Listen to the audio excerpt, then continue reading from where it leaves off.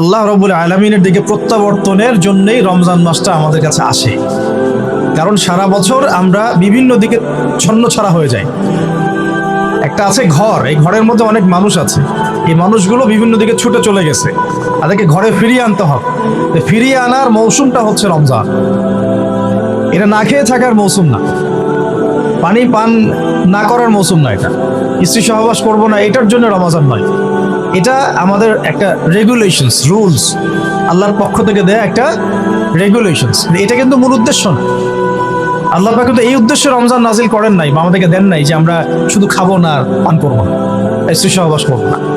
উদ্দেশ্যটা আল্লাহ পাক আয়াতের শেষে বলেছেন, লাআল্লাকুম তাত্তাকুন, যাতে করে তোমরা তাকওয়া অবলম্বন করতে। আর এটা শুধু একদিন এক মাসের কোনো ট্রেনিং সেশন না, এটা বছর জুড়ে যেন থাকে, সারা জীবন জুড়ে যেন থাকে। এই জন্যই বেসিক্যালি রমাদান আসে।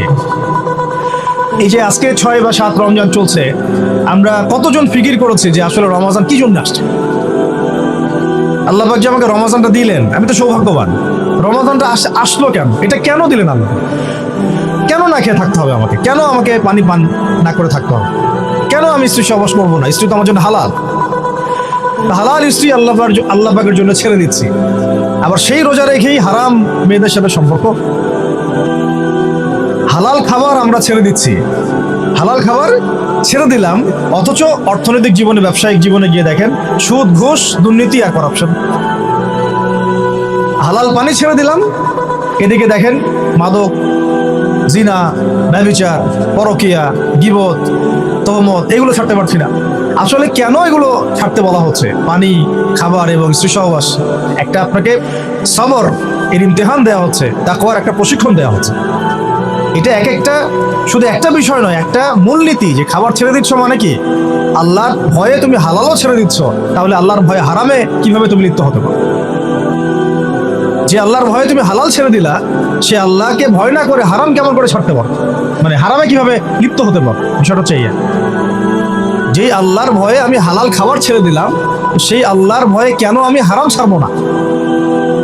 লজিকটা কি? এটা মেক সেন্স না?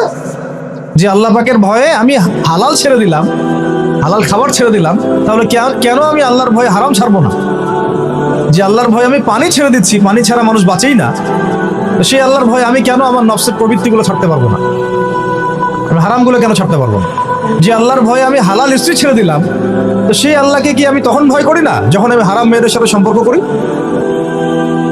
এই প্রশিক্ষণটা দেওয়ার জন্য রমাদান আমাদের মধ্যে আসে, যাতে আমরা তাকওয়া অবলম্বন করতে পারি। এটা কি? আল্লাহ ভীতিটা কি? এক কথায়, আনতা আবুদুল্লাহ কাআন্নাকা তারা, তুমি এমন ভাবে আল্লাহর ইবাদত করবে যেন তুমি আল্লাহকে দেখতে পারছো। আল্লাহকে যদি আমরা দেখতে পারতাম, তাহলে আমরা কি এক ওয়াক্ত নামাজ কাজা করতাম বা করতে পারতাম?